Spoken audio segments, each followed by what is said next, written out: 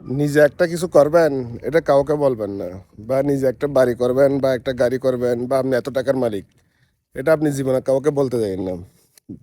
আপনি আবেগের বশে হয়তো ভালো মনে করে সবাইরা বলতেছেন, কিন্তু দেখবেন যে পরবর্তীতে এরাই কিন্তু আপনি ওটা যেন করতে না পারেন, আপনি বাড়ি করতে না পারেন, গাড়ি কিনতে না পারেন, টাকা জমাইতে না পারেন, সে ব্যবস্থাই করে ফেলবে।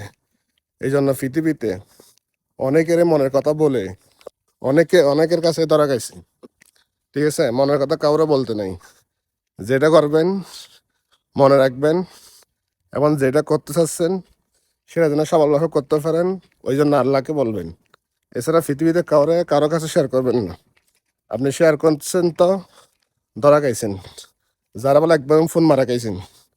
এই জন্য যেটা করবেন বা যেটা করার জন্য চিন্তা ভাবনা করতেছেন, ওইটা শুধু নিজের মনের ভিতর রাখবেন, কাউরে প্রকাশও করবেন না, কাউকে বলবেন না। আল্লাহ হাফেজ।